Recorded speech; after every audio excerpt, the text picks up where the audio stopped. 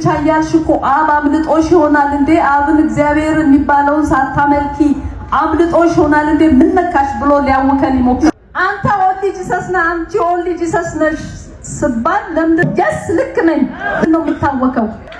የአብን አድራሻ አብ የሚገኝበት አብ መድኃኒትነቱ የሚገኝበት ሃሌሉያ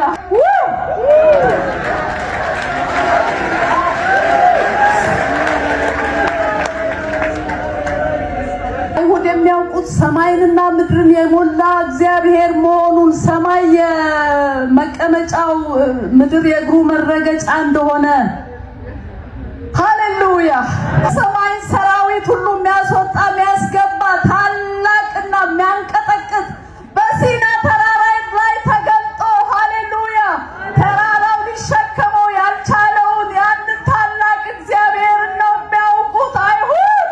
አንዱን እግዚአብሔርን ብቻ ያንን ታላቁን አምላክ ነው የሚያውቁት። ሃሌሉያ ግን ካነበቡት መጽሐፍቶች ውስጥ በስጋ እንደሚገለጥ እንደሚመጣ ወደ መቅደሱ በድንገት እንደሚመጣ በአህያ ውርንጭላ ላይ እንደሚቀመጥ በከብቶች በረት ላይ እንደሚወለድ ሃሌሉያ እሷ ጠፍታባቸዋለች። እነዛ አይሁዶች የተሰወረው አብ ለኔ ግን ተገልጦልኛል። እንዴት ይሆን የምናመሰግነው? እንዴት ይሆን ማመሰግነው? ሃሌሉያ ዕብራውያን 1ን አብረን እናንብብ። ከጥንት ጀምሮ እግዚአብሔር በብዙ አይነትና በብዙ ጎዳና ለአባቶቻችን በነቢያት ተናግሮ ሁሉን ወራሽ ባደረገው ሁሉን የሚለውን አስምሩልኝ። ሁሉን የመዳንን ስራ ሁሉን ከሰው ጋር የሚገናኝበትን መንገድ ሁሉ ጽድቅን የሰማይን ስራ ሁሉ ወራሽ ባደረገው ደግሞ ዓለማትን በፈጠረበት በልጁ በዚህ ዘመን መጨረሻ ለኛ ተናገረን። እርሱም የክብሩ መንጸባረቅና የባህሪው ምሳሌ ሆኖ የክብሩ መንጸባረቅ እንግዲህ በሲና ተራራ የእግዚአብሔር ክብር እንዴት እንዳንጸባረቀ እንደ መብረቅ እንደ ጭስ እንደ እሳት እንደሆነ እናስታውስ። ያንን ሁሉ ክብር የጠቀለለ በኢየሱስ ክርስቶስ የሚታይ መንጸባረቅ ስለ ልጁ ነው የምናወራው። ስለ ልጁ ግን አምላክ ሆይ ማለት እስከ ዘላለም ድረስ ይኖራል። የመንግስት በትር የቅንነት በትር ነው። ጽድቅን ወደድህ አመፅንም ጠላ። ስለዚህ እግዚአብሔር አምላክ ከጓደኞች ይልቅ በደስታ ዘይት ቀባ። ልጁ አምላክ ነው። አምላክ ሆይ ነው የተባለለት። ቁጥር 10 ላይ ጌታ ሆይ አንተ ከጥንት ምድርን መሰረት። ስለ ልጁ እኮ ነው የሚያወራው። ጌታ ሆይ አንተ ከጥንት ምድርን መሰረት፣ ሰማዮችም የእጆች ስራ ናቸው፣ እነርሱም ይጠፋሉ፣ አንተ ግን ጸንተህ ትኖራለህ። ሁሉም እንደ ልብስ ያረጃሉ፣ እንደ መጎናጸፊያም ትጠቀልላቸዋለህ፣ ይለወጡማል። አንተ አምላክ ሆይ አንተ ጌታ ሆይ አንተ ግን አንተ ነህ። ዓመቶችም ከቶ አያልቁም ይላል። ጌታ ኢየሱስ ይባረክ። ሃሌሉያ። ኢየሱስን ስናመልከው አምላክን ነው የምናመልከው፣ አብን ነው የምናመልከው፣ አብን ነው የምናምነው። በስጋ የተገለጠው ቆላስይስ 2:9 ላይ የመለኮት ሙላት ሁሉ በሰውነቱ ተገልጦ የሚኖረው ዮሐንስ 4:14-6 አንብቤ ይብቃኝ።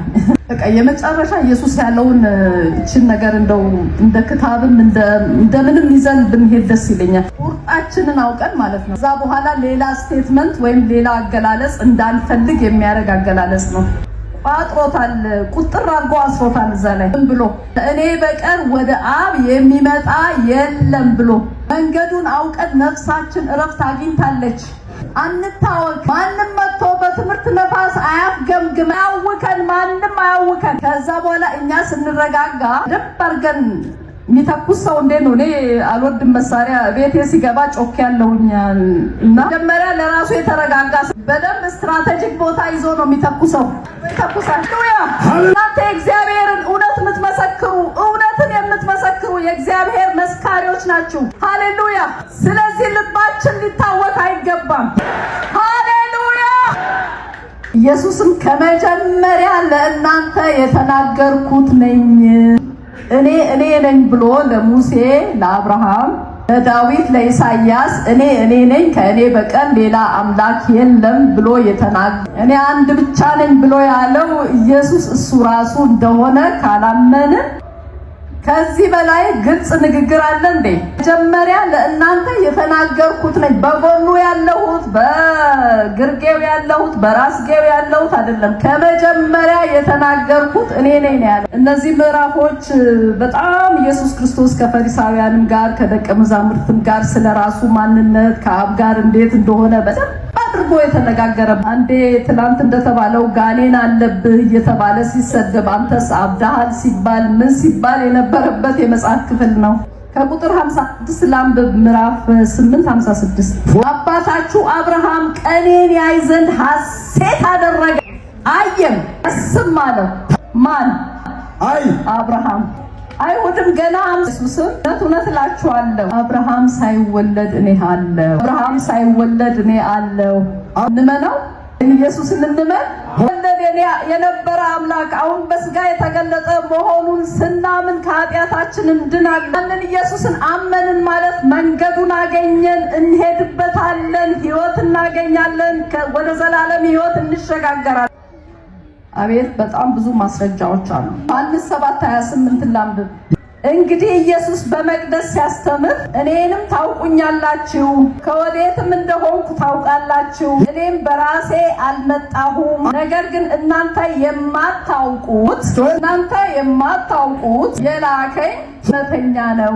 እኔ ግን ከእርሱ ዘንድ ነኝ፣ እሱም ልኮኛል፣ እናውቀዋለሁ ብሎ ጮኸ። እዚህም ጋር ጮኋል። በመጮህ ብዛት ያምኑኝ ይሆን ወይ ብሎ ጮኸ። አይሁድ እኮ ናቸው የሚናገራቸው እና የማታውቁት አለ። እነዚህ አይሁዶች በጣም ያሳዝናሉ።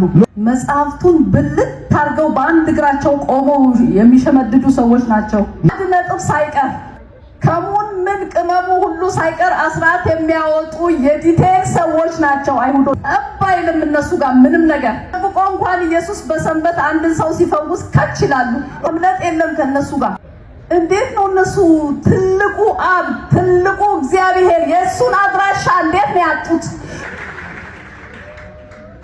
however እንዴት በምን አይነት ሁኔታ ነው አብ የሄደበት ቦታ ያጡት? እነሱ እንዴት ነው ግራ ይገባቸው። ኧረ እኛ ነን የምናውቀው አብ ያለበትን እኛ ነን